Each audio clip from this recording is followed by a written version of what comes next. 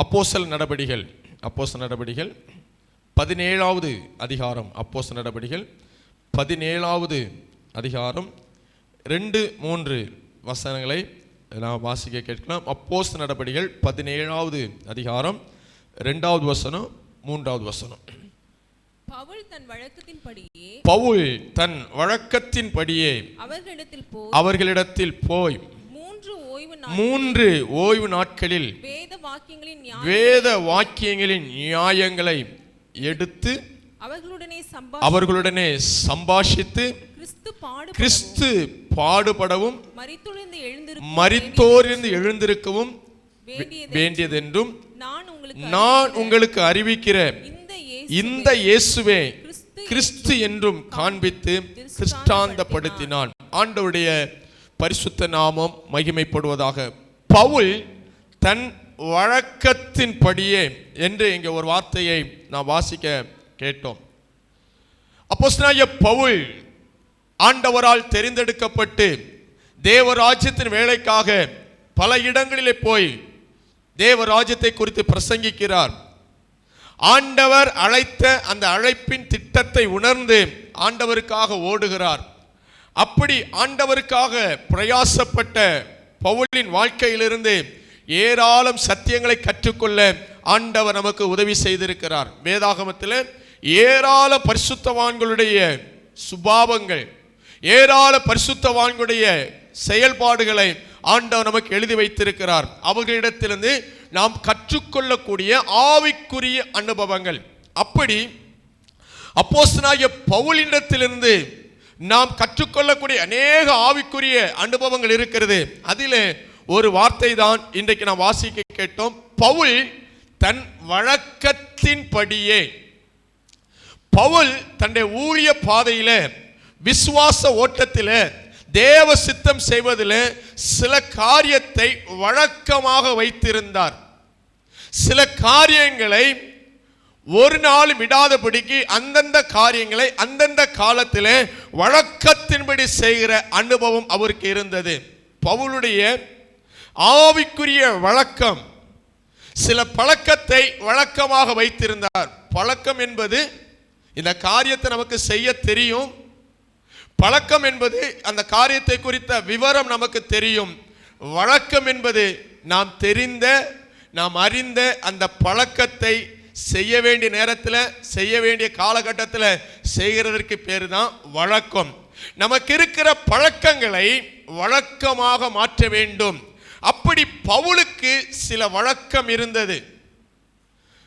தினந்தோறும் செய்ய வேண்டிய காரியங்கள், வாரந்தோறும் செய்ய வேண்டிய காரியங்கள், மாதந்தோறும் செய்ய வேண்டிய காரியங்கள், சில வழக்கம் அவனுக்கு இருந்தது.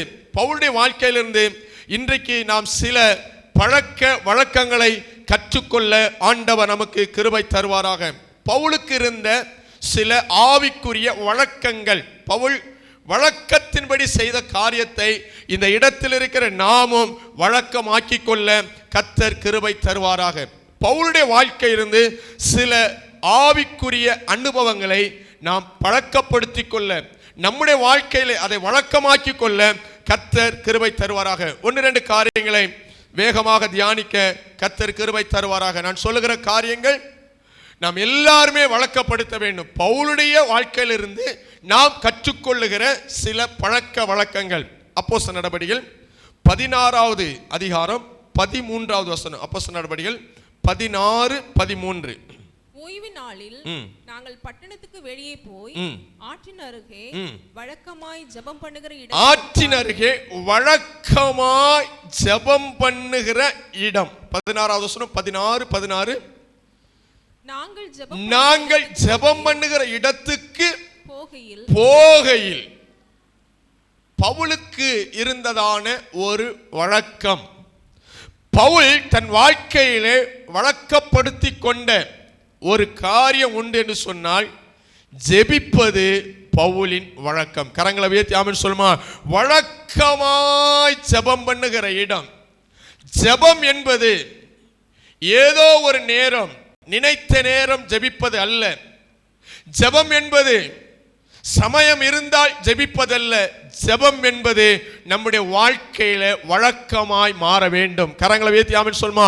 ஜெபம் அப்படி என்று சொன்னாலே ஆண்டவரோடு நாம் செலவிடுகிற நேரம். ஜெபம் அப்படி என்று சொன்னால் ஆண்டவருடைய பாதத்தில் நாம் அமர்ந்திருக்கிற நேரம், ஆண்டவருடைய சமூகத்தில் அமர்ந்து அவருடைய பிரசன்னத்தை உணர்கிற அனுபவம் தான் ஜெபம். ஜெபம் என்று சொன்னாலே அவரும் பேசுவார், நாமும் பேச வேண்டும், நாமும் பேச வேண்டும், அவர் பேச காத்திருக்க வேண்டும். ஜெபம் என்பது ஒரு வழி பாதை அல்ல, ஜெபம் என்பது இரு வழி பாதை. கரங்களை உயர்த்தி ஆமென் சொல்லுமா. நாம தேவனோடு செலவிடுகிற நேரத்திற்கு பெயர் தான் ஜெபம். நம்முடைய தேவைகளை சொல்லுகிறதல்ல. ஜெபம் என்பது நன்றாய் புரிந்து கொள்ளுங்கள், ஆண்டவரோடு அமர்ந்திருக்கிற நேரம். இந்த ஜெபம் நம்முடைய வாழ்க்கையில பழக்கமாய் மாற வேண்டும். கரங்களை உயர்த்தி ஆமென் சொல்லுமா. ஜெபம் என்பது நம்முடைய வாழ்க்கையில முதலாவது நாம் தனியாக ஜெபித்து பழக வேண்டும். நீங்கள் குறிப்பு எழுதணும்னா எழுதி கொள்ளுங்க. பவுலுக்கு ஒரு வழக்கம் இருந்தது, ஜெபிப்பது வழக்கம். இன்றைக்கு ஒவ்வொரு தேவனுடைய பிள்ளைகளுக்கும் இந்த ஜெபம் வழக்கமாய் மாற வேண்டும். தேவனோடு நேரம் செலவிடுகிற அனுபவம் பழக்கமாய் மாற வேண்டும். அந்த ஜெபம் எப்படிப்பட்ட ஜெபம்? தனியாக ஜெபிக்கணும். தனி ஜெபம். இந்த இடத்துல இருக்கிற சின்ன பிள்ளைகளிலிருந்து பின்னால இருக்கிற பெரியவங்க வரைக்கும் ஒவ்வொரு நாளும் ஜெபிப்பதை வழக்கப்படுத்தி கொள்ள வேண்டும். கரங்களை உயர்த்தி ஆமென் சொல்லுமா. ஜெபம் நம்முடைய வாழ்க்கையில வழக்கமாய் மாற வேண்டும். தனியாக ஜெபிக்கணும். ஆண்டவருடைய பாதத்தில் அமர்ந்து தனியாக அவரோடு அமர்ந்து, ஆண்டவரே உம்முடைய பிரசன்னத்தால் என்னை நிரப்பும், இன்றைக்கு நான் நடக்க வேண்டிய வழியில் என்னை நடத்தும், இன்றைக்கு எனக்கு ஆலோசனை தாரும் என்று சொல்லி ஆண்டவருடைய பாதத்தில் தனியாக உட்கார்ந்து ஜெபித்து பழக வேண்டும். கரங்களை உயர்த்தி ஆமென் சொல்லுமா. இரண்டாவது, குழுவாக சேர்ந்து ஜெபிக்கிற ஒரு வழக்கம் சபைக்கு தேவை. நாம் தனியாக ஜெபித்து பழக வேண்டும். அதே போல நம்முடைய நண்பர்களோடு கூட 2 பேரோ 3 பேரோ கூடி ஜெபித்து பழக வேண்டும். ஆலயத்தில் ஆண்டவர் நமக்கு தந்திருக்கிற விசுவாச பிள்ளைகளுக்காக ஸ்தோத்திரம்.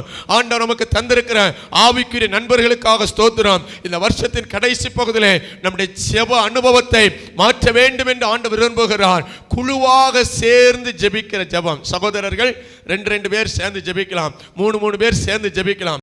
வாலிப பிள்ளைகள் 2 பேர் 3 பேர் சேர்ந்து ஜெபிக்கலாம். அதே போல சகோதரிகளோடு கூட சேர்ந்து, உங்க நண்பர்கள் இருப்பாங்க, உங்க ஃப்ரெண்ட்ஸ் இருப்பாங்க, குழுவாக சேர்ந்து ஜெபிக்கிற ஜெபம்.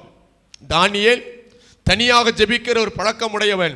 அதே நேரத்தில் தேசத்தில் ஒரு பிரச்சனை வந்த போது தன்னுடைய நண்பர்களாகிய சாத்ராக், மேஷாக், ஆபேத்நேகோ என்பவர்களோடு கூட சேர்ந்து குழுவாக ஜெபித்தார். நம்முடைய ஆண்டவர் இரட்சகருமாகிய இயேசு கிறிஸ்துவுக்கு தனியாக ஜெபிக்கிற பழக்கம் உண்டு. அதே நேரத்தில் அவர் ஜெபிக்க போகும்போது பேதுருவையும் யோவானையும் யாக்கோபையும் கூட கூட்டிக் கொண்டு போய் குழுவாக ஜெபித்தார். பவுலுக்கு தனியாக ஜெபிக்கிற அனுபவம் உண்டு. அதே நேரத்தில் பவுல் தன்னுடைய நண்பர்களோடு சக ஊழியர்களோடு குழுவாக ஜெபிக்கிற அனுபவத்தை வழக்கமாக வைத்திருந்தார். இன்றைக்கு ஆண்டவரை ஆராதிக்கிற பிள்ளைகளுக்கு நண்பர்களோடு கூட சேர்ந்து ஜெபிக்கிற ஜெப பழக்கம் இருக்க வேண்டும். கரங்களை உயர்த்தி ஆமென் சொல்லுமா. இந்த நாட்களில் இது ஒரு ஆலோசனையாக நான் சொல்லுகிறேன். தனியாக ஜெபிக்கிற நேரத்தை அதிகமாக்குங்கள். அந்த தனி ஜெபம் என்பது ஒரு நாள் ஜெபித்தேன், ஒரு நாள் விட்டு ஜெபித்தேன், அப்படி அல்ல. தினம்தோறும் ஜெபிக்க வேண்டும். குழுவாக சேர்ந்து உங்க நண்பர்களோடு கூட சேர்ந்து ஜெபித்து பழகுங்கள். அது ஒரு நாள் ஜெபிக்கலாம், அல்லது வாரத்தில் ஒரு நாள் ஜெபிக்கலாம், மாதத்தில் 2 நாள். அதை ஒரு வழக்கமாக்குங்கள். உங்களுக்காக ஒரு ஜெப நண்பரை கண்டுபிடியுங்கள். உங்களோடு கூட சேர்ந்து ஜெபிப்பதற்கு, உங்களோடு கூட இணைந்து ஜெபிப்பதற்கு ஜெபிக்கிற ஒரு குழுவாக சேர்ந்து ஜெபிக்கிற ஜெபம். மூன்றாவது, குடும்ப ஜெபம். அது நம்முடைய வழக்கமாக இருக்க வேண்டும். பெற்றோர் பிள்ளைகள் எல்லாரும் உட்கார்ந்து ஆண்டவருடைய சமூகத்தில் குடும்பமாய் ஜெபிக்கிற அந்த ஜெபத்தை இந்த வருஷத்தின் கடைசி பகுதியில் ஆண்டவர் நமக்கு அனுபவமாக்குவாராக. கரங்களை உயர்த்தி ஆமென் சொல்லுமா. இதுவரைக்கும் ஒருவேளை அந்த பழக்கம் எப்பமா ஜெபம் பண்ணுவோம், திடீர்னு ஜெபம் பண்ணுவோம், திடீர்னு குடும்பமா உட்காருவோம், ஆமா இல்லைன்னா உட்காரமான், அப்படி இல்லை. இன்றைக்கு நல்ல ஒரு தீர்மானம் எடுப்போம். ஆண்டவரே, இன்னையிலிருந்து நாங்க குடும்பமா ஜெபிப்போம். வலது கரத்தை உயர்த்தி எல்லாரும் சொல்லுங்க, ஆண்டவரே இந்த குடும்ப ஜெபத்தை என் வழக்கமாய் மாற்றுகிறேன். ஆமா, குடும்பமாய் சேர்ந்து ஜெபிக்கிற ஜெபம். அடுத்து சபையாராக சேர்ந்து ஜெபிக்கிற ஜெபம். வாரத்தில் நமக்கு டெய்லி ஜெபம் இருக்குது, அது சபையாராக சேர்ந்து ஜெபிக்கிற ஜெபம். வாரத்தில் உபவாச ஜெபம் இருக்குது, அது சபையாராக சேர்ந்து ஜெபிக்கிற ஜெபம். சபையாக சேர்ந்து ஜெபிக்கிற ஜெபத்தை நம்முடைய வாழ்க்கையில வழக்கப்படுத்த வேண்டும். இன்னும் பார்த்தீங்கன்னா தேசமாக சேர்ந்து ஜெபித்த ஜெபங்கள் வேதத்தில் இருக்கிறது. தேசத்தில் ஒரு பிரச்சனை வந்தபோது, தேசத்தில் ஒரு தேவை வந்தபோது, யோனாவின் புஸ்தகத்தில் பார்க்கிறோம், நினிவே பட்டணம் அழிக்கப்பட போகிறது, நினிவேக்கு ஒரு ஆபத்து வருகிறது என்று சொன்னபோது ராஜா முதல் சின்ன குழந்தைகள், ஆடு மாடுகள் முதற்கொண்டு ரெட்டுழுத்தி உபவாசித்து ஜெபித்தார்கள். இது தேசமாக சேர்ந்து ஜெபித்த ஜெபம். கரங்களை உயர்த்தி ஆமென் சொல்மா.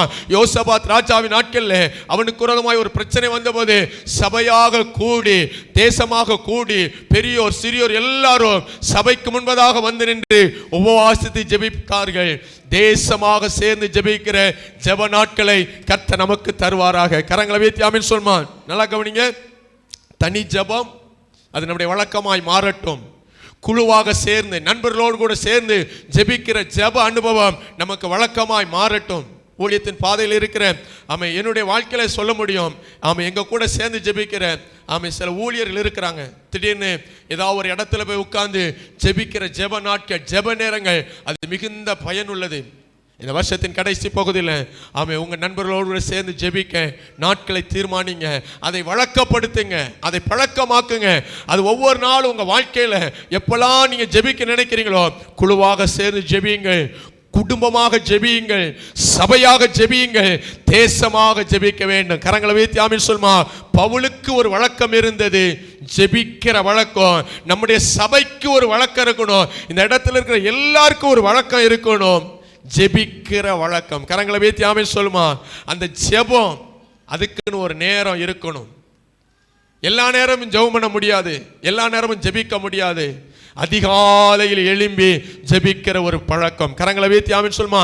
இரவு நேரங்களில் ஜெபிக்கிற பழக்கம், சில நேரங்களில் ஆமென் விழித்திருந்து ஜெபிக்கிற ஜெப பழக்கம். இப்படிப்பட்ட ஜெபங்களை கர்த்தர் நமக்கு தருவாராக. கவனிங்க, ஜெபிக்கும் போது எப்படி ஜெபிக்கணும்?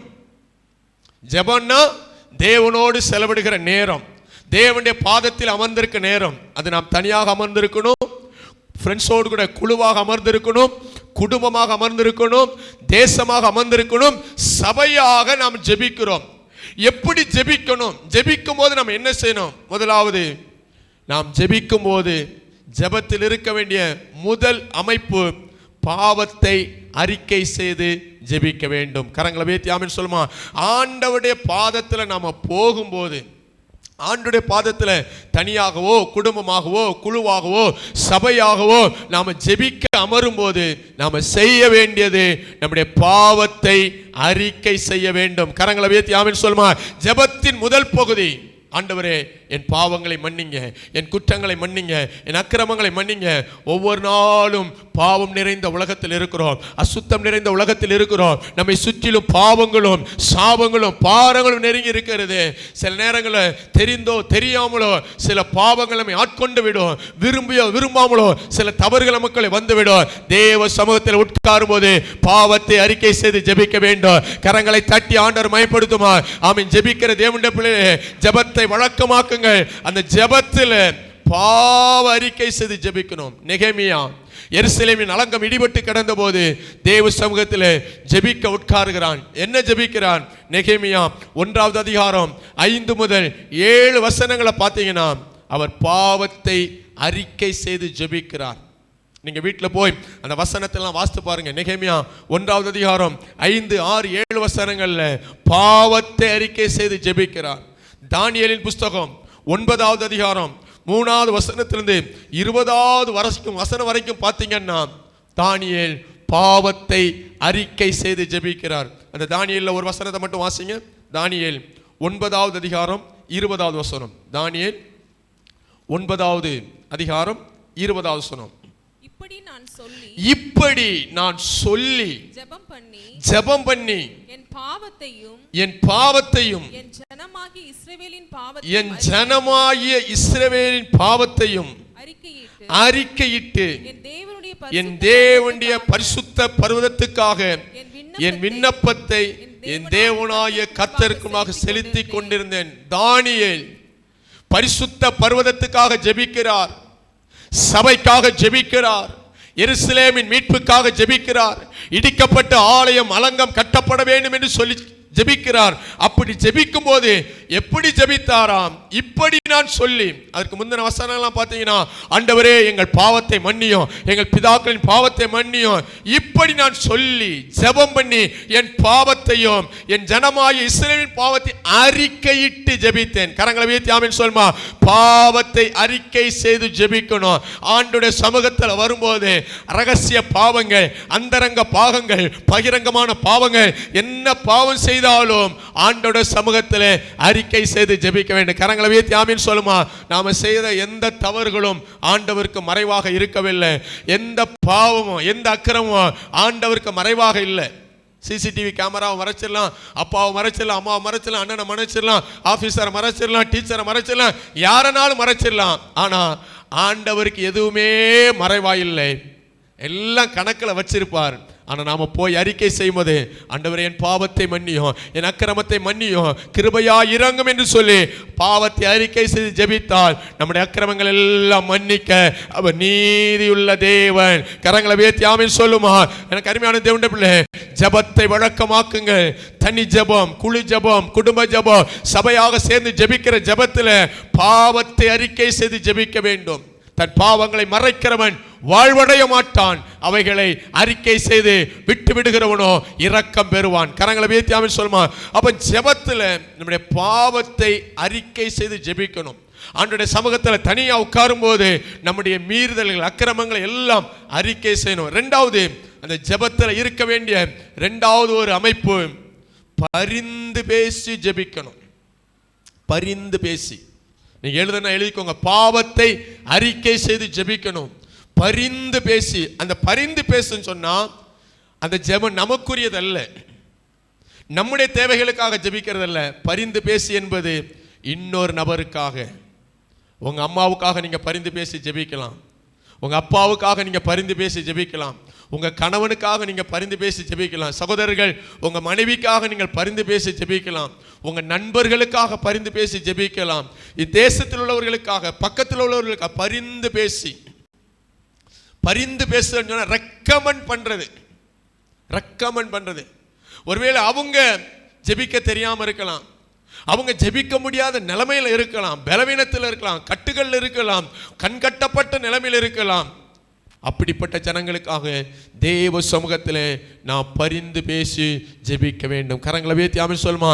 இதை வழக்கமாக்குங்க. நம்முடைய ஜெபம் எப்போதுமே நம்மை சார்ந்ததாகவும், நம்முடைய தேவை சார்ந்ததாகவும், நம்முடைய குடும்பத்தை சார்ந்ததாகவும் இருக்கக்கூடாது.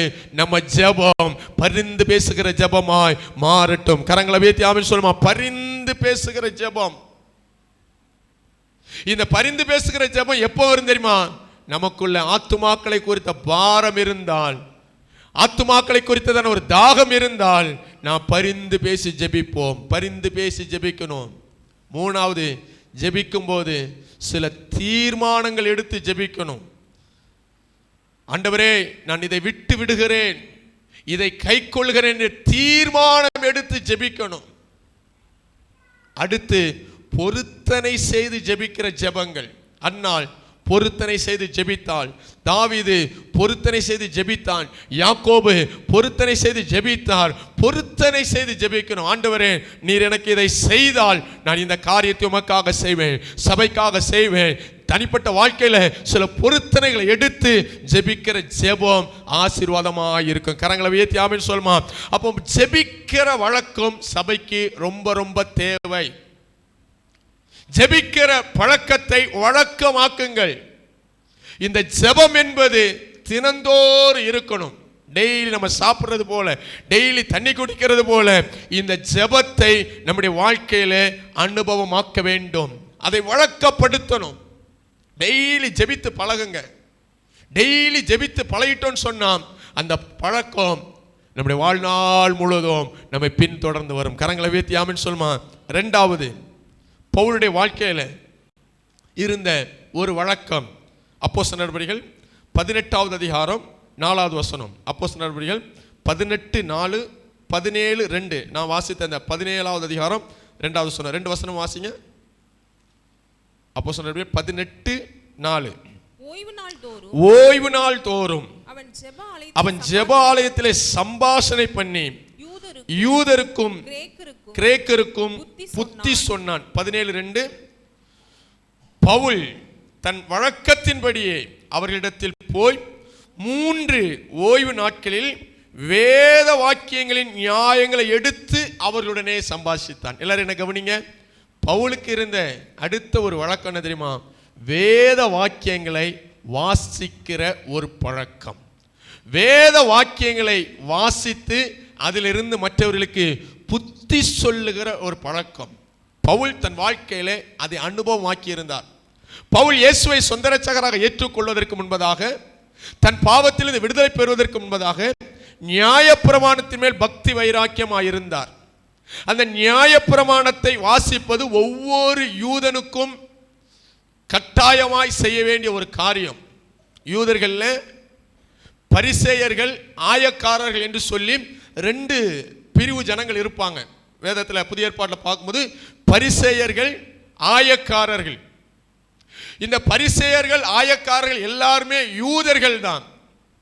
ஆனா அந்த ஆயக்காரர்கள் என்று சொல்லி ஏன் ஒரு பிரிவை பிரிக்காங்கன்னா, இந்த பரிசேயர்கள் எல்லாம் நியாயப்பிரமாணத்தை அப்படியே வாசிப்பாங்க, அதன்படி நடப்பாங்க. இந்த ஆயக்காரர்கள் அல்லது பாவிகள் என்று சொல்லி ஒரு குரூப்பை பிரித்து வச்சாங்களே, அவங்க எப்பமாச்சும் நியாயப்பிரமாணத்தை வாசிப்பாங்க, எல்லாமே அவங்களால கை கொள்ள முடியாது. அதனால அவர்களை ஆயக்காரர்கள், பாவிகள் என்று ஒதுக்கி வைத்தார்கள். பவுல் தன்னை குறித்து சொல்லும்போது சொல்கிறான், நான் பரிசேயன், நான் நியாயப்பிரமாணத்துக்காக பக்தி வைராக்கியமா இருந்தவன். அப்படி அந்த நியாயப்பிரமாணத்திற்காக பக்தி வைராக்கியமா இருந்த பவுல் ரட்சிக்கப்பட்ட பிற்பாடு, இயேசுதான் இரட்சகர் என்று அறிந்து கொள்ளப்பட்ட பிற்பாடு, இயேசுவை தன் வாழ்க்கையிலே சொந்த இரட்சகராக ஏற்றுக்கொண்ட பிற்பாடு அதே வேத வாக்கியங்களை வாசித்து அந்த வேத வாக்கியத்திலிருந்து இயேசுவே கிறிஸ்து என்று சொல்லி ஜனங்களுக்கு திஷ்டாந்தப்படுத்தினான். கரங்களை வைத்து ஆமென் சொல்லுமா. அப்போ வேத வாக்கியங்களை வாசிக்கிறது ஒரு வழக்கம். இந்த இடத்தில் இருக்கிற சபையார், விசுவாச பிள்ளைகள், தேவனுடைய பிள்ளைகள் ஒவ்வொருவருக்கும் இருக்க வேண்டிய ஒரு பழக்கம், ஒரு வழக்கம், வேதாகமத்தை வாசிக்க வேண்டும். நம்முடைய கையில ஆண்டவர் தந்திருக்கிற இந்த பரிசுத்த வேதாகமத்திற்காய் ஸ்தோத்திரம். கரங்களை வைத்து ஆமென் சொல்லுமா. எல்லாரும் பைபிளை கையில் எடுத்து ஆமென். ஆண்டவரே, இந்த பரிசுத்த வேதாகமத்துக்காய் ஸ்தோத்திரம். வைத்து சொல்லுங்க பார்ப்போம். பைபிளை கையை வைத்து சொல்லுங்க. ஆண்டவரே, இந்த வேதாகமத்திற்காய் நன்றி ஆண்டவரே. இந்த வேதத்தை வாசிக்கிற ஒரு வழக்கம் நமக்கு இருக்கணும். பிள்ளைகளுக்கு எழுத படிக்க வாசிக்க தெரிஞ்ச உடனே பிள்ளைகளுக்கு வேதாகமத்தை வாங்கி கொடுங்க. டெய்லி பைபிள் வாசிக்க வைங்க. அவங்கவுங்க வயசுக்கு ஏற்ற விதத்தில், அவங்கவுங்க சூழ்நிலைக்கு ஏற்ற விதத்தில் டெய்லி பைபிள் வாசிக்கணும். இந்த இடத்துல இருக்கிற எல்லாருக்கும் நான் சொல்றேன், வேதாகமத்தை வாசிக்கிறதை உங்கள் வழக்கமாக்குங்கள். ஏன் வேதாகமத்தை வாசிக்கணும்? இது ஆண்டவர் ஆதி முதற்கொண்டு தம்முடைய ஜனங்களுக்கு கொடுத்ததான கட்டளை. வேதாகமத்தை கை கொள்ளணும், என் கற்பனைகளின்படி நடக்கணும், வேத வாக்கியங்களின்படி நடக்கணும் என்று சொல்லி ஆண்டவர் ஆதி மனுஷன்ல இருந்தே அவர் சொல்லிக்கொண்டே வருகிறார். 2 வசனத்தை வாசிங்க. உபாகமத்தின் புஸ்தகம் 11வது அதிகாரம். உபாகமத்தின் புஸ்தகம் 11வது அதிகாரம் 18வது வசனத்திலிருந்து வாசிங்க. எல்லாருமே எடுங்க. உபாகமம் 11வது அதிகாரம் 18வது வசனத்திலிருந்து. ஆகையால் கர்த்தர் உங்கள் பிதாக்களுக்கு கொடுப்பேன் என்று அவர்களுக்கு ஆணையிட்ட தேசத்தில் உங்கள் நாட்களும் உங்கள் பிள்ளைகளின் நாட்களும் பூமியின் மேல் வானம் இருக்கும் நாட்களை போல அநேகமாய் இருக்கும்படிக்கு நீங்கள் என்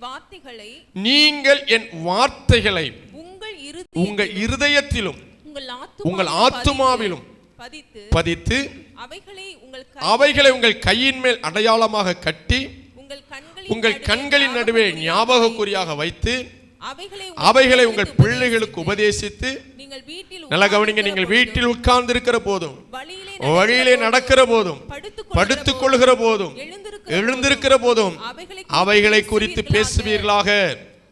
அவைகளை உங்கள் வீட்டு நிலைகளிலும் உங்கள் வாசல்களிலும் எழுதுவீர்களாக. இன்னொரு வசனம் வாசிங்க. உபாகமம் 30வது அதிகாரம், உபாகமம் 30வது அதிகாரம் 11, 12, 13 வசனங்கள். உபாகமம் 30வது அதிகாரம்.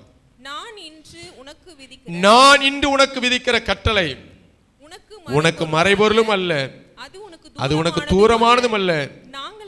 நாங்கள் அதை கேட்டு அதன்படி செய்யும் பொருட்டு எங்கள் நிமித்தம் வானத்துக்கு ஏறி அதை எங்களுக்கு கொண்டு வரும் யார் என்று நீ சொல்லத்தக்கதாக அது வானத்தில் உள்ளதும் அல்ல. நாங்கள் அதை கேட்டு அதன்படி செய்யும் பொருட்டு எங்கள் நிமித்தம் சமுத்திரத்தை கடந்து அதை கொண்டு வருகிற யார் என்று நீ சொல்லத்தக்கதாக அது சமுத்திரத்துக்கு அப்புறத்தில் உள்ளதும் அல்ல. நீ அந்த வார்த்தையின்படியே செய்யும் பொருட்டு அது உனக்கு மிகவும் சமீபமாயும் உன் வாயிலும் உன் இருதயத்திலும் இருக்கிறது. கரங்களை வைத்து ஆமென் சொல்லுமா. எல்லாரும் என்ன கவனிங்க.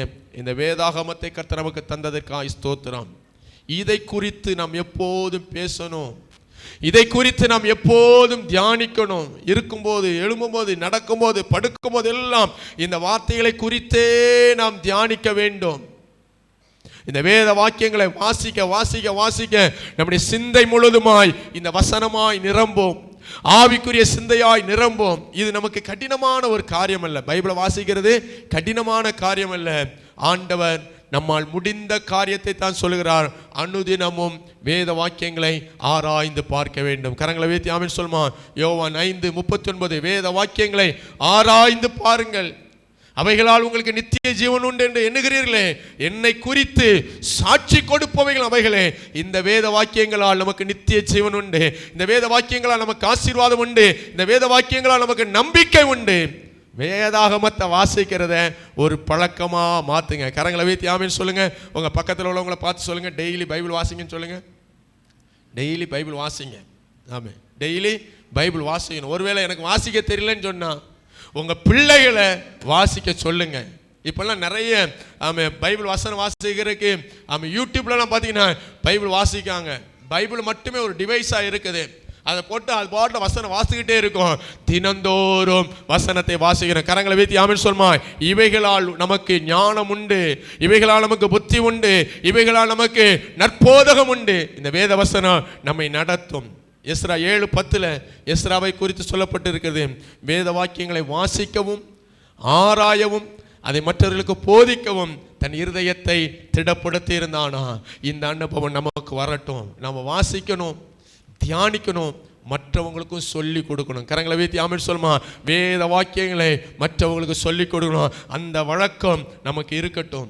மூன்றாவது பவுலுக்கு இருந்த ஒரு பழக்கம், ஒன்று ஜெபிக்கிற பழக்கம் இருந்தது. இரண்டாவது பவுலுக்கு வேத வாக்கியங்களை வாசிக்கிற ஒரு பழக்கம் இருந்தது. மூன்றாவது அப்போஸ்தலர் நடபடிகள், நான் சொல்லுகிற வசனங்கள் எல்லாம் நீங்கள் குறித்துக்கோங்க. 13வது அதிகாரம் 5வது வசனம், 13வது அதிகாரம் 14வது வசனம், 14வது அதிகாரம் 1வது வசனம், 17வது அதிகாரம் 2வது வசனம், 10வது வசனம், 17வது வசனம், 18வது அதிகாரம் 4வது வசனம், 19வது வசனம், 19வது அதிகாரம் 8வது வசனம். இந்த வசனங்கள் எல்லாம் நீங்கள் பார்த்தீங்கன்னா ஒரு வார்த்தை இருக்கும். ஒரு வசனம் மட்டும் வாசிங்களேன். அப்போஸ்தலர் நடபடிகள் 14:1 வாசிங்க. அப்போஸ்தலர் நடபடிகள் 14:1. பவுலுடைய பழக்கம், இக்கோனியா பட்டணத்திலே அவர்கள் இருவரும் யூதருடைய ஜெப ஆலயத்தில் பிரவேசித்து, நீங்க அப்படியே ஒவ்வொரு நான் சொன்ன வசனங்கள் எல்லாம் பார்த்தீங்கன்னா 13வது அதிகாரம், 14வது அதிகாரம், 17வது அதிகாரம், 18வது அதிகாரம், 19வது அதிகாரத்துல எல்லாம் இந்த ஒரு வார்த்தை இருக்கும். பவுல் தன் வழக்கத்தின்படியே ஜெப ஆலயத்தில் பிரவேசித்து, ஓய்வு நாள் வந்துவிட்டது என்று சொன்னால் ஜெப ஆலயத்திற்கு போகிறதற்கு வாரத்தில் ஒரு நாள், கர்த்தருடைய நாள், அந்த குறிக்கப்பட்ட நாள் வந்தபோது பவுலுக்கு ஒரு வழக்கம் இருந்தது. வழக்கத்தின்படியே அவர் ஜெப ஆலயத்திற்கு போவார். கரங்களை உயர்த்தி ஆமென் சொல்லுமா. ஆமென். வாரத்தில் ஒரு நாள் சபையாக கூட வேண்டும், தேவ சமூகத்தில் வர வேண்டும் என்பதை பவுல் தன்னுடைய வாழ்க்கையில வழக்கப்படுத்தி வைத்திருந்தார். இன்றைக்கு சபையார் நமக்கு இருக்க வேண்டிய ஒரு வழக்கம், ஞாயிற்றுக்கிழமை தோறும் சபையாக கூடி வர வேண்டும். கரங்களை வைத்து ஆமென் சொல்லுமா. இது பழக்கம். வாரத்தில் ஒரு நாள் நாம் சபை கூடி வருகிறோம். கண்டிப்பாக இந்த பழக்கத்தை வழக்கத்தை நாம் விட்டுவிடவே கூடாது. சில நேரங்களில் சில எதிர்பாராத சூழ்நிலைகள் வரும். அது நாம் ஆண்டவருக்கு நாம் தெரியும். ஆனால் வருவதற்கு வாய்ப்பு இருந்தும், ஆராதிப்பதற்கு வாய்ப்பு இருந்தும், சபை கூடிவதற்கு வாய்ப்பு இருந்தும், தயவு செய்து சபை கூடி வருதலை விட்டு விடாதிருங்கள். எந்த ஊருக்கு போனாலும் பவுலுக்கு ஒரு வழக்கம் இருந்தது. அந்த ஊரில் உள்ள சர்ச்சை தேடி கண்டுபிடிப்பார், ஜபாலயத்தை தேடி கண்டுபிடிப்பார். எந்த ஊருக்கு போனாலும், எந்த பட்டணத்துக்கு போனாலும், எந்த கிராமத்துக்குள்ள போனாலும் பவுலுடைய வேலை ஞாயிற்றுக்கிழமை ஆயிட்டா, ஓய்வு நாள் வந்து விட்டதா, அவர் ஆராதனைக்கு போக வேண்டும், சபை கூடி வர வேண்டும் என்பதை வழக்கமாக வைத்திருந்தார். இன்னைக்கு இந்த இடத்துல இருக்கிற நான் உங்களுக்கு அன்பாய் சொல்கிறேன், சபை கூடி வருதலை விட்டு விடாதிருங்கள். கரங்களை வைத்து ஆமென் சொல்லுமா. இது நம்முடைய வழக்கம். வாரத்தில் ஒரு நாள் இதை வழக்கப்படுத்துங்க. எக்காரணத்தை கொண்டும் சபை கூடி வருதலை நான் விட மாட்டேன். எதுவுமே நமக்கு ஒரு காரணமா அமையக்கூடாது, எதுவுமே நமக்கு ஒரு சாக்கு போக்க அமையக்கூடாது. ஆராதிக்க வாய்ப்பு இருந்தோம், சபை கூடி வர வசதி இருந்தோம், டைம் இருந்தோம், நாம் அதற்கு சாக்கு போக்கு சொல்லி வீட்டில் உட்கார்ந்துடக்கூடாது. ஆராதிக்கிற நேரத்தை ஆண்டவருக்கு கொடுக்க சபை கூடி வருகிறதை நாம் அனுபவம் ஆக்கி கொள்ள வேண்டும். கரங்களை வைத்து ஆமென் சொல்லுமா. ஏன் சபை கூடி வரணும்? எபிரேயர் 10வது அதிகாரம் 25வது வசனம். எபிரேயர் 10:25. சபை கூடி வருதலை சிலர் விட்டு விடுகிறது போல நாமும் விட்டு விடாமல் ஒருவருக்கு ஒரு புத்தி சொல்ல கடவோம். நாளானது சமீபித்து வருகிறதை எவ்வளவாய் பார்க்கிறீர்களோ அவ்வளவாய் புத்தி சொல்லுங்கள். கரங்களை வைத்து ஆமென் சொல்லுங்க. ஏன் சபை கூடி வரணும்? நாள் சமீபித்து வருகிறது. என்ன நாள்? இந்த உலகத்திற்கு ஒரு முடிவு. கர்த்தருடைய நாள், ஆண்டவருடைய வருகை சமீபமாயிருக்கிறது. ஆகவே நாளானது சமீபித்து வருகிறபடியினால் சபை கூடி வருதலை விட்டு விடாதிருங்கள். ஆண்டவருடைய வருகையை பற்றி பேசுகிற ஒரே இடம் சபைதான். கரங்களை வைத்து ஆமென் சொல்லுமா. வேற எங்கேயும் இயேசு சீக்கிரம் வருகிறான்னு பேச மாட்டாங்க. இயேசு சீக்கிரம் வருகிறார். உலகத்திற்கு ஒரு முடிவு இருக்கிறது, உலகத்திற்கு ஒரு நியாய தீர்ப்பு இருக்கிறது. ஆண்டவர் வாசற்படியில் வந்துவிட்டார் என்று சொல்லுகிற இடம் சபை. சபை கூடி வரும்போது பாவத்தை குறித்து நாம் கேட்கிறோம், ரட்சிப்பை குறித்து கேட்கிறோம், ஞானஸ்நானத்தை குறித்து கேட்கிறோம், பரிசுத்த அபிஷேகத்தை குறித்து கேட்கிறோம், பரலோகத்துக்கு போகணுங்கிறதை கேட்கிறோம். இங்க கூடி வந்தா தான் இதெல்லாம் கேட்க முடியும். கரங்களை வைத்து ஆமென் சொல்லுமா. சபையாக கூடி வந்தாதான் தேவராஜ்யத்துக்குரிய காரியங்களை கேட்க முடியும். நாளானது சமீபித்து வருகிறது. கரங்களை வைத்து ஆமென் சொல்லுமா. நல்லா கவனிங்க தேவனுடைய பிள்ளைகளே. வேதத்தில் சொன்ன அத்தனை அடையாளங்களும், வேதத்தில் சொன்னதான அத்தனை தீர்க்க தரிசனங்களும் எழுத்தின்படி நடக்கிற ஒரு காலத்தில் வந்துவிட்டோம். வானத்தில் அடையாளம் நடக்குது, பூமியில் அடையாளம் நடக்குது, அரசியல்களில் மாற்றங்கள் வருகிறது, நாட்டுக்கு நாடு மாற்றங்கள் வந்து கொண்டிருக்கிறது. ஆண்டவருடைய வருகை மிக மிக சமீபம். சபையே, சபை கூடி வருதலை விட்டு விடாதிருங்கள். கரங்களை தட்டி ஆண்டவர் மயப்படுதுங்க. நாள் சமீபித்து வருகிறது, இயேசு சீக்கிரம் வருகிறார். சபை கூடி வருதலை விட்டு விடாதிருங்கள். ஆமென். சபை கூடி வருதல் நமக்கு வழக்கமா இருக்கணும். தயவு செய்து சொல்றேன், நம் சபையாய் கூடி வருவது யாருக்காகவோ அல்ல, நம்முடைய பிரயோஜனத்திற்காக. இந்த சபையில வந்து வசனத்தை கேட்பது யாருக்காகவோ அல்ல, ஆமென், நமக்காக. இந்த சபையில கூடி வந்து நாம் பாடுவதும், கைத்தட்டுவதும், ஆராதிப்பதும், ஆண்டவருடைய வார்த்தையை கேட்பதும் நம்முடைய ஆவிக்குரிய வாழ்க்கையின் பக்தி விருத்திக்காக. கரங்களை உயர்த்தி ஆமென் சொல்லுமா. இங்க வந்தா தான் இதெல்லாம் கிடைக்கும். ஆமென். சபையில வந்தா தான் சபையிலுடைய சந்தோஷம் கிடைக்கும். நான் எப்போது அடிக்கடியாக சொல்லுகிற ஒரு வார்த்தை, கல்யாண வீட்டுக்கு போனாதான் கல்யாண சாப்பாடு சாப்பிட முடியும். கரங்களை உயர்த்தி ஆமென் சொல்லுமா. சபைக்கு வந்தாதான் சபையை குறித்து புரிந்து கொள்ள முடியும். சபைக்கு வந்தாதான் பரலோகத்தின் மேன்மைகளை அறிந்து கொள்ள முடியும். சபை கூடி வருதலை விட்டு விடாதிருங்கள். பவுலுக்கு ஒரு வழக்கம் ஜெபிப்பது, பவுலுக்கு ஒரு வழக்கம் வேதாகமங்களை வாசிப்பது, வேத வாக்கியங்களை அறிவிப்பது. பவுலுக்கு ஒரு வழக்கம் ஓய்வு நாள் தோறும் ஜெபாலயத்திற்கு போவது. சபை கூடி வருவது நம்முடைய பழக்கமாய் மாறட்டும். ஜெபம் நம்முடைய பழக்கமாய் மாறட்டும். வேதத்தை வாசிப்பது நம்முடைய பழக்கமாய் மாறட்டும். ஓய்வு நாள்தோறும், கர்த்தருடைய நாள்தோறும் சபை கூடி வருவது நம்முடைய பழக்கமாய் மாறட்டும். இன்னொரு பழக்கம், பவுலோடு கூட ஒட்டி இருந்த பழக்கம். இதெல்லாம் பவுல் விடவே இல்லை, சாகர வரைக்கும் இதை விடலை. பவுல் வழக்கமாய் கொண்டிருந்த ஒரு காரியம், அப்போஸ்தலர் நடவடிக்கைகள் 14வது அதிகாரம் 7வது வசனம். அப்போஸ்தலர் நடவடிக்கைகள் 14:7. அங்கே சுவிசேஷத்தை பிரசங்கம் பண்ணினார்கள். 14:21. அந்த பட்டணத்தில் அவர்கள் சுவிசேஷத்தை பிரசங்கித்தார்கள். 25வது வசனம். பெர்கே ஊரில் வசனத்தை பிரசங்கித்து அத்தாலியா பட்டணத்திற்கு போனார்கள். நல்லா கவனிங்க, பவுலுக்கு ஒரு பழக்கம், சுவிசேஷத்தை பிரசங்கம் பண்ணுவது, சுவிசேஷத்தை அறிவிப்பது. ஜெப ஆலயத்திற்கு போகும்போது வேத வாக்கியங்களை எடுத்து வாசிப்பார். அந்த வேத வாக்கியத்திலிருந்து இயேசுவே கிறிஸ்து என்று ஆலயத்திற்குள் இருக்கிறவர்களுக்கு சுவிசேஷத்தை அறிவிப்பார். ஜெபாலயத்தில் வருகிறவர்களுக்கு நியாயப்பிரமாணம் தெரியும். ஜெபாலயத்தில் வருகிறவர்களுக்கு மோசேயின் சட்டதிட்டங்கள் தெரியும். அப்படி ஜெபாலயத்திற்குள் வருகிற யூதர்களுக்கு, ஜெபாலயத்தில் வருகிற கூடி வருகிற ஜனங்களுக்கு வேத வாக்கியத்திலிருந்து, நியாயப்பிரமாணத்திலிருந்து இயேசுவே கிறிஸ்து என்று பிரசங்கம் பண்ணினார். அது அவருடைய வழக்கம்.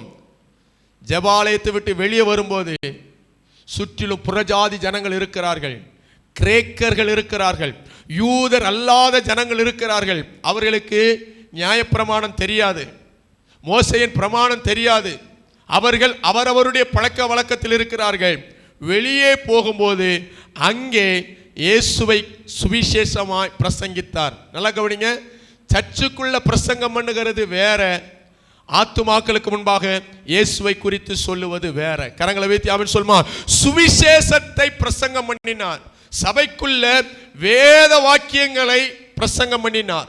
சபைக்குள்ள நியாயப்பிரமாணத்திலிருந்து இயேசுவை கிறிஸ்துவென்று திருஷ்டாந்தப்படுத்தினார்.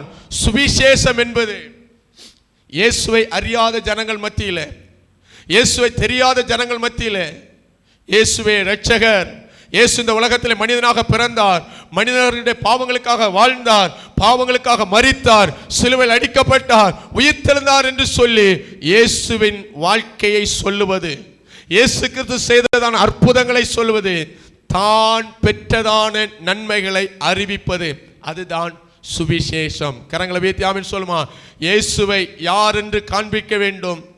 தன்னுடைய வாழ்க்கையில, நம்முடைய சொந்த வாழ்க்கையில இயேசுவை நாம் அனுபவித்த விதத்தை ஜனங்களுக்கு சொல்லணும். பவுல் புறஜாதிகள் மத்தியில, அதிகாரிகள் மத்தியில சுவிசேஷத்தை அறிவிக்கும் போது, இயேசுவை தெய்வம் என்று சொல்லும் போது, அவர் வெறுமனே இயேசுவை பற்றி மட்டும் சொல்லல, தான் கடந்து வந்த பாதை, தான் சந்தித்த இயேசுவை, தன்னுடைய சரீரத்தில் ஏற்பட்ட மாற்றத்தை. இயேசுவை சந்தித்த போது அவருடைய கண்ணுகளை பார்வை இல்லாம போயிட்டு, கண் தெரியாம கீழே கிடந்தார். ஆனால் இயேசுடைய வல்லமையினால திரும்ப பார்வை அடைந்தார். அதெல்லாம் சொல்லுகிறார். தான் பெற்ற அற்புதத்தை, தான் பெற்ற நன்மையை மற்றவர்களுக்கு எல்லாம் சொன்னார். சுவிசேஷத்தை அறிவிப்பது ஒரு வழக்கம். இந்த இடத்துல இருக்க நம்ம எல்லாருக்கும் இந்த நாட்களில் சுவிசேஷத்தை அறிவிக்கிற ஒரு பழக்கம் வழக்கமாய் மாறட்டும். சுவிசேஷம் சொல்றதுனா என்ன? படிக்கிற பிள்ளைகள் படிக்கிற இடத்துல உங்க கூட இருக்கிற பிள்ளைகளுக்கு இயேசுவே இரட்சகர் என்று சொல்ல வேண்டும். இயேசு நல்லவர் என்று சொல்லுகிறோம், இயேசு பெரியவர் என்று சொல்லுகிறோம், இயேசுவே இரட்சகர் என்று அறிவிக்க வேண்டும். கரங்களை வைத்து ஆமென் சொல்லுமா. வேலை செய்கிற இடத்துல இயேசு இரட்சகர் என்று அறிவிங்கள். அவரே பரலோகத்துக்கு போகிற வழி என்று சொல்லுங்கள். நரகத்திற்கு யாரும் போக வேண்டாம், யாரும் நரகத்துக்கு போய்விடாதீங்க, இயேசுவே இரட்சகர் என்று, அவரே வழியும் சத்தியமும் ஜீவன் என்று இயேசுவை அறிவிங்கள். அதுதான் சுவிசேஷம். நீங்க பெற்ற நன்மைகளை, கர்த்தர் உங்களுக்கு செய்த அற்புதங்களை, உங்களுக்கு சரீரத்தில் சுகம் தந்தாரு, கடன் பாரங்களிலிருந்து வெளியே கொண்டு வந்தாரு, சமாதானமான வாழ்க்கையை தந்தாரு, ஆண்டவர் நமக்கு தந்த நன்மைகளில் இருந்து, ஆண்டவர் நமக்கு செய்ததான அற்புதங்களில் இருந்து நாம் அனுபவித்த இயேசுவை மற்றவர்களுக்கு சொல்ல வேண்டும். கரங்களை வைத்து ஆமென் சொல்லுமா. பாருங்க, சுவிசேஷத்தை அறிவிக்கிறது வழக்கம். இப்ப நல்லா கவனிங்க, 4 காரியம் சொல்லியிருக்கிறேன். ஜெபிப்பது நம்முடைய வழக்கமாய் மாறணும். வேதாகமத்தை வாசித்து தியானிப்பது நம்முடைய வழக்கமாய் மாறணும். ஓய்வு நாள்தோறும் சபை கூடி வருவது நம்முடைய வழக்கமாய் மாறணும். நம்மை சுற்றி இருக்கிற ஜனங்களுக்கு சுவிசேஷத்தை அறிவிப்பது நம்முடைய வழக்கமாய் மாற வேண்டும். கரங்களை வைத்து ஆமென் சொல்லுமா. இதெல்லாம் செஞ்சா என்ன நடக்கும்? இதெல்லாம் செஞ்சா என்ன நடக்கும்? இதே அப்போஸ்தலர் நடபடிகள்ல சில காரியங்களை சொல்லுறேன். பவுல் இதெல்லாம் வழக்கமாய் செய்ததுனால, ரொட்டீனா அந்த காரியங்களை செய்ததுனால, ஜெபிப்பதையும் வேத வாசிப்பதையும் புத்தி சொல்வதையும் ஆலயத்துக்கு போவதையும் சுவிசேஷம் அறிவிப்பதையும் வழக்கமாய் செய்ததுனால, ஒன்று அவங்க போன இடத்திலெல்லாம் ஆத்துமாக்கள் ரட்சிக்கப்பட்டார்கள். கரங்களை தட்டி ஆண்டவரை மகிமைப்படுத்துமா. நமக்குள்ளே ஒரு பழக்கம், நமக்குள்ளே ஒரு வழக்கம், ஜெபிப்பது நம்முடைய வழக்கமாய் மாறும்போது, வேதத்தை வாசிப்பது நம்முடைய வழக்கமாய் மாறும்போது, ஆலயத்துக்கு வருவது நம்முடைய வழக்கமாய் மாறும்போது, சுவிசேஷத்தை அறிவிப்பது நம்முடைய வழக்கமாய் மாறும்போது ஆத்துமாக்கள் ரட்சிக்கப்படுவார்கள். கரங்களை உயர்த்தி ஆமென் சொல்லுமா. இரண்டாவது, அற்புதங்கள் நடக்கும். ஜெபம் நம்முடைய அனுபவமாய் மாறும்போது, வேதாகமம் நம்முடைய வாழ்க்கையாய் மாறும்போது, ஆலயம் நம்முடைய அனுபவமாய் மாறும்போது, சுவிசேஷத்தை சொல்லும் போது அற்புதங்கள் நடக்கும். அற்புதங்கள் நடக்கும். எங்க போனாலும் ஆண்டவர் உங்களை கொண்டு அற்புதங்களை செய்வார். கரங்களை உயர்த்தி ஆமென் சொல்லுமா. ஜெபிக்கிற மனிதன் மூலமாய், வேதத்தை தியானிக்கிற மனிதன் மூலமாய், சபையோடு கூட நெருங்கிய தொடர்பு வைத்திருக்கிற மனிதன் மூலமாய் இயற்கைக்கு அப்பாற்பட்ட அற்புதங்களை கர்த்தர் செய்ய போதுமானவர். கரங்களை தட்டி ஆண்டவர் மகிமைப்படுத்துவோமா. இன்னைக்கு சபையை நான் சொல்லுகிறேன், இதை நம்ம வழக்கமாக்கினால் ஆண்டவர் உங்களை கொண்டு அற்புதங்களை செய்வார். இன்னொரு காரியம் தெரியுமா? ஜெபிக்கிறவர்கள், வேதத்தை வாசிக்கிறவர்கள், சபையோடு ஐக்கியம் வைத்திருக்கிறவர்கள் எந்த இடத்துல இருக்கிறாங்களோ அவங்க இருக்கிற இடத்துல சிறைச்சாலை அஸ்திவாரங்கள் அதிரும். கரங்களை உயர்த்தி ஆமென் சொல்லுமா. சிறைச்சாலையின் பூட்டுகள் எல்லாம் தானாய் திறக்கும், கட்டுகள் எல்லாம் கலண்டு விழும். ஜெபிக்கிற மனிதனை எந்த வல்லமையும் கட்ட முடியாது. வேதத்தை வாசிக்கிறவனை எந்த வல்லமையும் கட்ட முடியாது. கரங்களை தட்டி ஆண்டவர் மகிமைப்படுத்துங்க. ஆத்துமாக்களை ஆதாயம் பண்ணுகிற மனிதனை எந்த வல்லமையும் கட்ட முடியாது. சிறைச்சாலைகள் அதிரும், சிறைச்சாலையின் கதவுகள் திறக்கும். சபையே, நீ ஜெபிக்க ஆரம்பித்தால், தேவ பிள்ளையே, நீ வேதத்தை வாசிக்க ஆரம்பித்தால், சபை கூடி வருவதை விட்டுவிடாமல் இருந்தால் ஆண்டவர் இயற்கைக்கு அப்பாற்பட்ட அற்புதங்களை செய்வார். ஆமென். ஜெபிக்கிற பவுல் போன இடத்துல அசுத்தாவிகள் அலறி ஓடினது, மந்திரவாதிகள் ரட்சிக்கப்பட்டார்கள், ஆமென், மாயவித்தைக்காரர்கள் ரட்சிக்கப்பட்டார்கள். நான் சொல்றேன், இன்றைக்கு இந்த அனுபவங்களை சபை அனுபவமாக்கும் என்று சொன்னால் தேசத்தில் ஒரு பெரிய மாற்றங்கள் வரும். அந்தகார வல்லமைகள் செயலற்று போகும், இருளின் ஆதிக்கங்கள் செயலற்று போகும். விசுவாசிக்கிறவர்கள் கரங்களை தட்டி ஆமென் என்று சொல்லுங்க. ஆமென். சபை ஜெபிக்க ஆரம்பிக்கும் போது, சபை ஆவிக்கிற அனுபவங்கள் அலற ஆரம்பிக்கும் போது அந்தகார வல்லமைகள் செயலற்று போகும். ஆமென். ஜெபிக்கிற மனிதன், ஜெபிக்கிற பிள்ளைகள், ஜெபிக்கிற சபை போகிற இடத்துல அதிகாரிகள் நடுங்குவார்கள். ஆமென். பவுல் அதிகாரிகளுக்கு முன்னால நின்று பேசும்போதெல்லாம் பார்த்தீங்கன்னா, ஆமென், பேலிக்ஸ், பெஸ்து போன்றதான அதிகாரிகள், தேசாதிபதிகள் நடுங்குகிறார்கள். நீ போகலாம், நாளைக்கு நாங்க கேட்கிறோம், நீ சொல்றதை பார்த்தா எங்களுக்குள்ள பயம் வருகிறது. இச்சை அடக்கத்தை குறித்து பேசுகிறார், இயேசுவை குறித்து பேசும்போது அதிகாரிகள் நடுங்குகிறார். நான் சொல்றேன், சபை ஜெபிக்க ஆரம்பிக்கும் போது, ஆமென், சபை வேத வாக்கியங்களை கைக்கொள்ள ஆரம்பிக்கும் போது தேசத்தில் ஆண்டவர் பெரிய மாற்றத்தை தருவார். கரங்களை உயர்த்தி ஆமென் சொல்லுமா. இன்னும் ஒரு பெரிய காரியத்தை சொல்றேன். இந்த அனுபவங்கள் ஜெபத்தையும் வேதத்தையும் சபை கூடி வருதலையும் சுவிசேஷம் அறிவிப்பதையும் நம்முடைய பழக்கமாக்கி கொண்டால் நமக்கு ஒரு தைரியம் கிடைக்கும். கரங்களை உயர்த்தி ஆமென் சொல்லுமா. அதற்கு ஒரு சம்பவத்தை நான் சொல்லுகிறேன். அப்போஸ்தலனாகிய பவுல் சுவிசேஷத்தை நிமித்தம் அவரை பிடிச்சி ரோமாபுரிக்கு கொண்டு போறாங்க, கப்பலில் ஏற்றிட்டு போறாங்க. இப்போ கப்பலுக்கு ஒரு பெரிய போராட்டம், கடல் கொந்தளிக்குது. கடல்ல அவன் தொடர்ந்து பிரயாணம் பண்ண முடியல. 14 நாள் பகல் எது இரவு எது என்று சொல்லி தெரியாம நடுங்கி திகைத்து கொண்டிருக்கிறார்கள். ஆனால் அந்த 14 நாளும் அந்த கடல் பிரயாணத்திலும் பவுல் ஜெபிப்பதை விடவில்லை. பவுல் சிறைச்சாலைக்குள்ள இருந்தாலும் ஜெபிப்பார், கடலின் நடுவில் இருந்தாலும் ஜெபிப்பார், கடல் கொந்தளித்தாலும் ஜெபிப்பார், அலை அடித்தாலும் ஜெபிப்பார், ஜெபித்து கொண்டே இருக்கிறார். 14வது நாள் ராத்திரியில் ஒரு தரிசனத்தை பார்க்கிறார். பவுலே, பயப்படாதே, நீ ராயனுக்கு முன்பாக நிற்க வேண்டும். பிரயாணத்தில் ஒரு சேதம் வராது. சில பொருள் நஷ்டம் வரும், சில பொருளாதார சேதங்கள் வரும். ஆனால் இந்த கப்பலில் இருக்கிற யாருக்கும் உயிர் சேதம் வராது என்று சொல்லி ஆண்டவர் பேசின போது அந்த தைரியம் அடைந்த பவுல் அந்த கப்பலில் இருந்த அத்தனை பேருக்கும் தைரியத்தை கொடுக்கிறார். எல்லாரும் தப்பி கரை சேர்ந்தார்கள். கரங்களை உயர்த்தி ஆமென் சொல்லுமா. ஜெபிக்கிற ஒரு மனிதன் தான் தைரியம் அடைவது மாத்திரமல்ல, மற்றவர்களையும் தைரியப்படுத்துவான், அநேகரை தப்பி கரை சேர பண்ணுவான். கரங்களை உயர்த்தி ஆமென் சொல்லுமா. எனக்கு அருமையான தேவனுடைய பிள்ளை, நாம் ஜெபிக்க ஆரம்பித்தால் தான் ஆத்துமாக்கள் ரட்சிக்கப்படுவார்கள். நாம் ஜெபிக்க ஆரம்பிக்கும் போது தான் அற்புதங்கள் அடையாளங்கள் நடக்கும். நாம் ஜெபத்தை வழக்கமாக்கும் போது, ஆமென், ஓய்வு நாள் தோறும் ஆண்டவர் நமக்கு தந்திருக்க இந்த சபை கூடி வருதலை விடாமல் இருக்கும்போது இயற்கைக்கு அப்பாற்பட்ட காரியங்கள் நடக்கும். சிறைச்சாலைகள் நடுங்கும், அதிகாரிகள் நடுங்குவார்கள், அசுத்தாவிகள் ஓடும். நமக்கு ஒரு தைரியத்தை தருவான். நம்மை கொண்டு ஆண்டவர் அநேகரை தைரியப்படுத்துவார். ஆமென். தன்னுடைய வாழ்க்கையில் இந்த காரியங்கள் எல்லாம் அனுபவமாக்கின பவுல் ஆமென் தன்னுடைய சக ஊழியக்காரனாகிய தீமோத்தேயுவுக்கு ஒரு காரியத்தை சொல்லுகிறார். அதை நான் வாசித்து நாம் ஜெபிப்போம். அப்போஸ்தலனாகிய பவுல் தீமோத்தேயுக்கு நிருபத்தை எழுதும்போது தன்னுடைய கடைசி நிருபம் 2 தீமோத்தேயு தான் பவுலுடைய நிருபங்களில் கடைசி நிருபம், வயசான காலத்தில் எழுதின நிருபம். அந்த நிருபத்தில் அவர் சொன்னதான காரியம் 2 தீமோத்தேயு 3:14, நீ கற்று நிச்சயித்து கொண்டவைகளில் நிலைத்திரு. 4வது அதிகாரம் 7வது வசனத்தில் சொல்கிறார், நல்ல போராட்டத்தை போராடினேன், ஓட்டத்தை முடித்தேன், விசுவாசத்தை காத்துக்கொண்டேன். பவுல் தன் ஓட்டத்தை முடிக்கிற அந்த வயசான காலத்தில் இளம் ஊழியக்காரனாகிய தீமோத்தேயுக்கு சொல்லுகிறார், நீ கற்று நிச்சயித்து கொண்டவைகளில் நிலைத்திரு. இந்த வார்த்தையை இந்த இடத்துல இருக்கிற எல்லாருக்கும் சொல்றேன். நாம் கற்று நிச்சயித்து கொண்டவைகளில் நிலைத்திருப்போம். ஆவிக்குரிய பழக்கம் நமக்கு இருக்கு, ஜெபிக்கிற பழக்கம் இருக்குது. அந்த பழக்கத்தை வழக்கமா மாற்றணும். டெய்லி வழக்கமாக செய்யக்கூடிய காரியத்தை டெய்லி செய்யணும். வாரத்தில் ஒரு நாள் சபை கூடி வர்ற காரியத்தை வாரத்தில் ஒரு நாள் கண்டிப்பாக செய்யணும். சுவிசேஷம் அறிவிப்பது தினந்தோறும். சமயம் வாய்த்தாலும் வாய்க்காவிட்டாலும் நாமே வாய்ப்புகளை உருவாக்கி ஆத்துமாக்களுக்கு சுவிசேஷம் சொல்ல வேண்டும். வேத வாக்கியங்களை தியானிப்பது தினமும் நடக்கக்கூடிய காரியம். தினமும் செய்ய வேண்டிய காரியங்களை தினமும் பழக்கப்படுத்துவோம். வாரந்தோறும் செய்ய வேண்டிய காரியங்களை வாரந்தோறும் பழக்கப்படுத்த ஆண்டவர் நமக்கு கிருபை தருவாராக.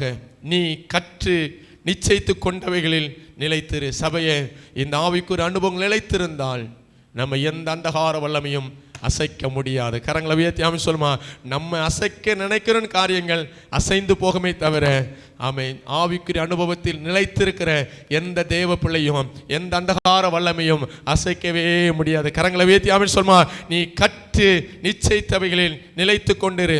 அதே பவுல் அதே 4வது அதிகாரத்தில் தீமோத்தேயுக்கு இன்னொரு சொல்கிறார்.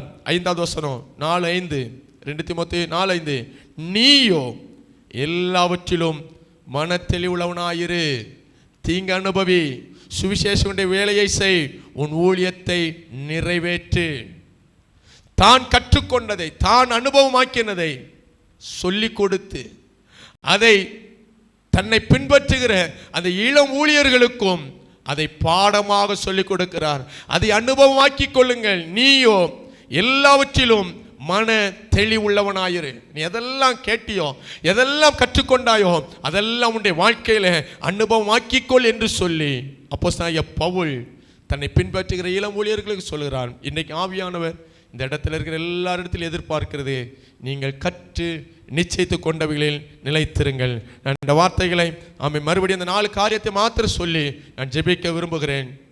ஜெபம் நம்முடைய வழக்கமாய் மாறட்டும். ஜெபம் தனியாக ஜெபிக்கணும், குழுவாக ஜெபிக்கணும், குடும்பமாக ஜெபிக்கணும், சபையாக ஜெபிக்கணும், தேசமாக ஜெபிக்கணும். ஜெபத்தில் பாவ அறிக்கை இருக்க வேண்டும், ஜெபத்தில் பொருத்தனை இருக்க வேண்டும், ஜெபத்தில் தீர்மானங்கள் இருக்க வேண்டும், ஜெபத்தில் பரிந்து பேசி ஜெபிக்க வேண்டும். குறிப்பிட்ட நேரங்கள் நியமித்து விசேஷித்த நேரங்கள் நியமித்து ஜெபிக்க வேண்டும். 2வது வேத வாக்கியங்களை வாசிப்பது நம்முடைய அனுபவமாய் மாறட்டும். 3வது சபை கூடி வருவது நம்முடைய அனுபவமாய் மாறட்டும். 4வது சுவிசேஷத்தை அறிவிப்பது, அழிந்து போகிற ஆத்துமாக்களுக்கு இயேசு கிறிஸ்துவை அறிவிப்பது அனுபவமாய் மாறட்டும். இந்த 4 அனுபவங்களையும் ஒரு தேவனுடைய பிள்ளை ஒரு சபை வழக்கமாய் செய்யும் போது ஆத்துமாக்கள் ரட்சிக்கப்படுவார்கள், அற்புதங்கள் அடையாளங்கள் நடக்கும், அசுத்தாவிகள் அநேகரை விட்டு ஓடி போகும், சிறைச்சாலையின் அஸ்திபாரங்கள் அசையும், ஒரு திட நம்பிக்கையும் தைரியமும் உண்டாகும். கற்ற காரியங்களை மற்றவர்களுக்கும் நாம் கற்றுக் கொடுக்க முடியும். நீ கற்று நிச்சயித்து கொண்டவைகளில் நிலைத்திரு. இன்றைக்கு நாம் கேட்ட சத்தியங்கள் இன்னையிலிருந்து எல்லாவற்றையும் வழக்கப்படுத்தும். இதுவரைக்கும் சில காரியங்களில் விட்டு விட்டு விட்டு கேப் இருக்குன்னு சொன்னான். இன்னைக்கு அதை வழக்கமாய் மாற்ற கர்த்தர் கிருபை தருவாராக. இருக்கிற இடத்துல எல்லாரும் முழங்கால் படிடுவோம். இருக்கிற இடத்துல எல்லாரும் முழங்கால் படிடுவோம். எல்லாரும் கண்களை மூடுவோம். இந்த 4 காரியங்களையும் கொஞ்சம் ஆராய்ந்து பார்க்க. இன்னைக்கு ஜெபம் நம்முடைய வாழ்க்கையில் எப்படி இருக்குது? தனி ஜெபம் எப்படி இருக்குது? குடும்ப ஜெபம் எப்படி இருக்குது? சபையாக சேர்ந்து ஜெபிக்கிற ஜெபம் எப்படி இருக்குது? நண்பர்களோடு கூட சேர்ந்து ஜெபிக்கிற பழக்கம் இருக்குதா? அப்படி இல்லைன்னா இன்னைக்கு பழக்கத்தை ஏற்படுத்துங்கள். குடும்ப ஜெபத்தை வழக்கமாக்குங்கள். குழுவாக கூடி ஜெபிக்கிறதை வழக்கப்படுத்துங்கள். சபையாக சேர்ந்து ஜெபிப்பதை வழக்கப்படுத்துங்கள். ஜெபம் நம்முடைய வழக்கமாய் மாறட்டும். வேத வசனங்களை வாசித்து தியானிப்பது நம்முடைய வழக்கமாய் மாறட்டும். எல்லாரும் கண்களை மூடி நான் சொல்லுகிற காரியங்களை நீங்கள் ஜெபமாக ஆண்டவர்கிட்ட பேசிக்கிட்டே இருங்க. ஆண்டவரே, உம்மோடு அமர்ந்திருக்கிற நேரம் ஜெபம் என் வாழ்க்கையில் வழக்கமாக மாறட்டும். நினைச்சா ஜெபம் பண்ணுவேன், நேரம் இருக்கும்போது ஜெபம் பண்ணுவேன், அப்படி இல்லை. ஜெபிப்பதற்கு ஒரு நேரத்தை ஒதுக்குங்கள்.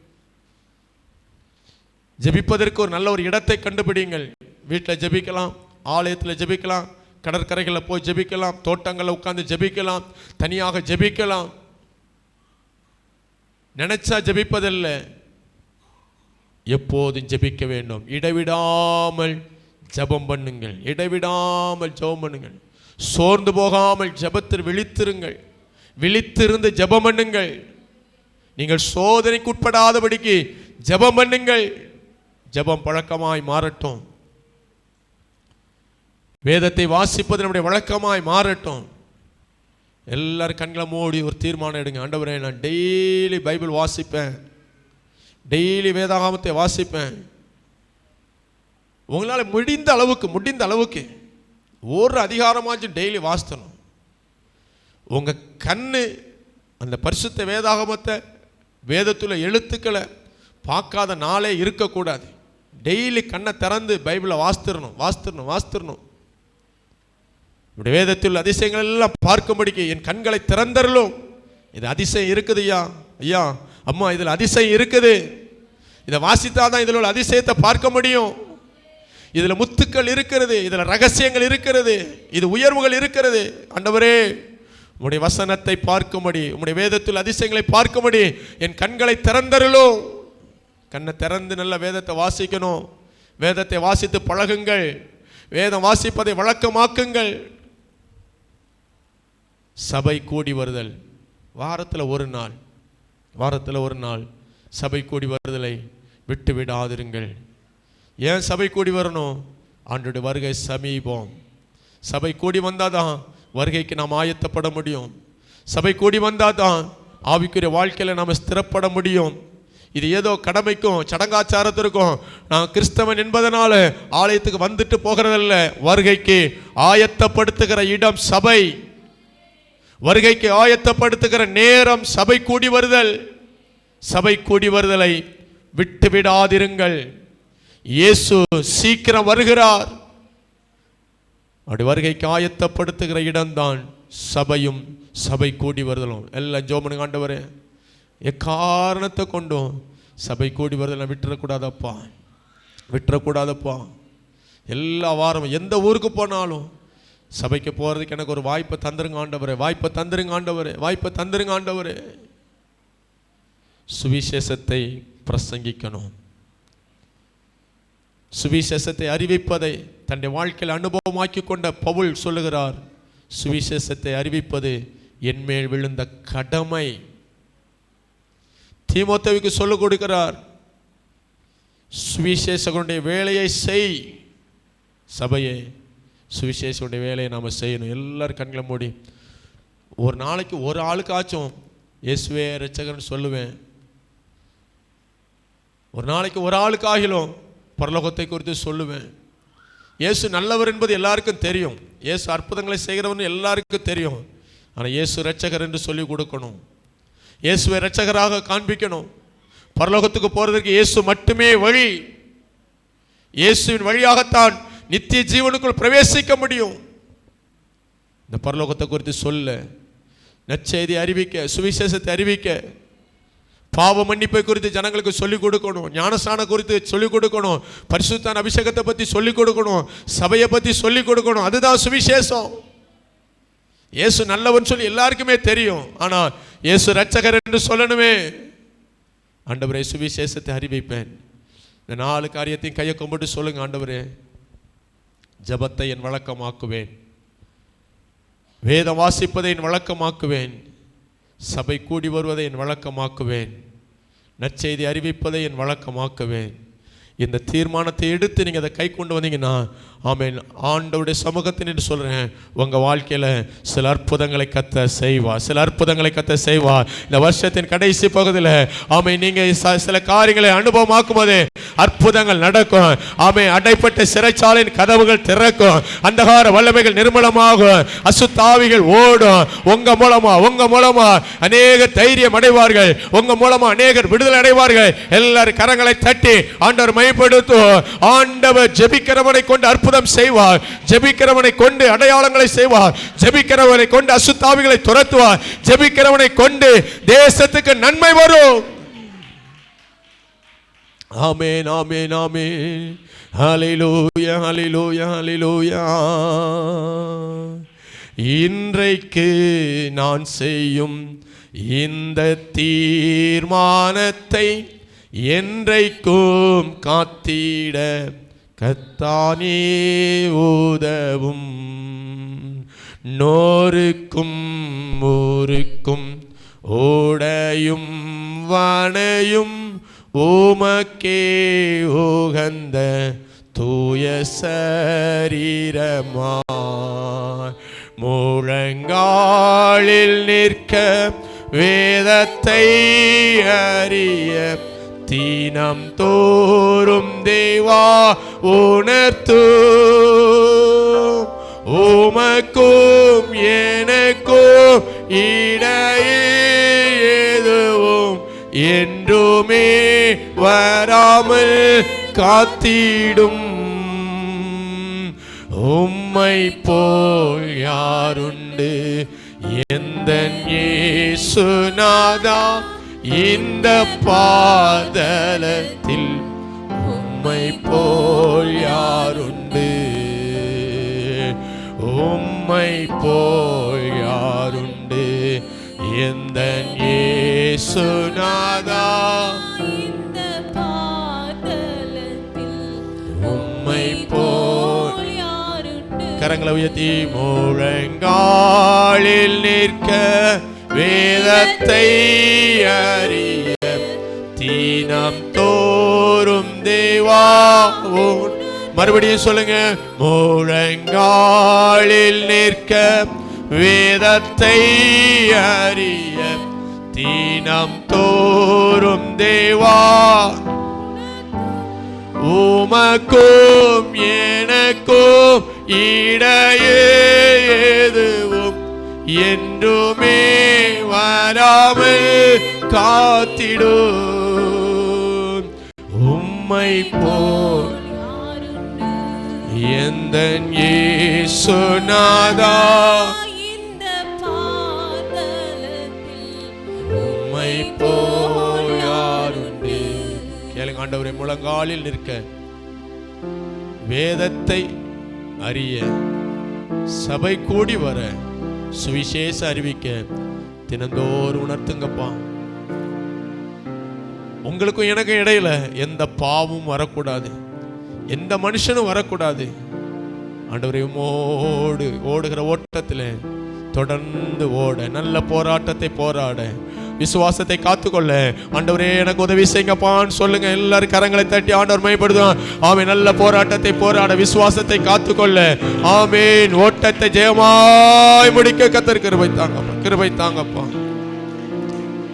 அன்பின் பரலோக பிதாவே, கிருபையுள்ள தகப்பனே, நாங்கள் இருக்கிற இந்த கடைசி நாட்களிலே ஜெபம் எங்களுடைய வழக்கமாய் மாறட்டும். வேதத்தை வாசித்து தியானிப்பது எங்கள் வழக்கமாய் மாறட்டும். சபை கூடி வருவது எங்கள் வழக்கமாய் மாறட்டும். சுவிசேஷம் அறிவிப்பது எங்கள் வழக்கமாய் மாறட்டும். இந்த இடத்துல இந்த வார்த்தைகளை கேட்டு தீர்மானம் எடுத்த நம்முடைய பிள்ளைகளை கர்த்தர் ஆசீர்வதிப்பீராக. தனி ஜெபங்கள், குழு ஜெபங்கள், குடும்ப ஜெபங்கள், சபையாக சேர்ந்து ஜெபிக்கிற ஜெபங்கள், தேசமாக சேர்ந்து ஜெபிக்கிற நாட்களை கர்த்தர் எங்களுக்கு முன்பாக வைத்திருக்கிறதற்காய் ஸ்தோத்திரம். கர்த்தர் மகிமையான காரியங்களை செய்வீராக. வசனத்தை கேட்ட நம்முடைய பிள்ளைகள் ஒவ்வொருவரையும் ஆசீர்வதிங்க. தேவ கரம் கூட இருக்கும். தேசம் இயேசுவை அறியட்டும். எங்கள் தேசத்துக்கு நன்மையான காரியங்களை செய்யுங்கப்பா. தேசம் சமாதானத்தால் நிரம்பட்டும். எங்கள் ஊர் மக்கள், எங்கள் நாட்டு மக்கள் எல்லாரும் சமாதானமாய் சந்தோஷமாய் காணப்பட கர்த்தர் உதவி செய்யும்படியா ஜெபிக்கிறோம். கர்த்தாவே, இந்த பிள்ளைகள் வீடுகளை போகும்போது அற்புதங்களை பார்க்கட்டும். அடைப்பட்ட கதவுகள் திறக்கட்டும். ஆண்டவரே, தூக்கு மரங்கள் நிர்மூலமாகட்டும். திறவுண்ட வாசல் முன்பதாக இருக்கட்டும்.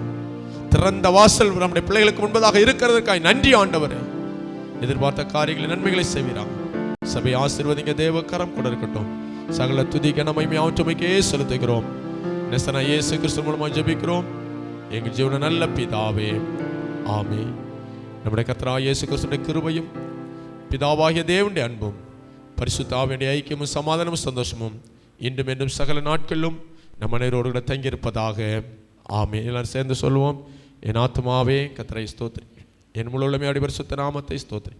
என் ஆத்துமாவே கர்த்தரை ஸ்தோத்திரி, அவர் செய்த சகல உபகாரங்களையும் மறவாதே.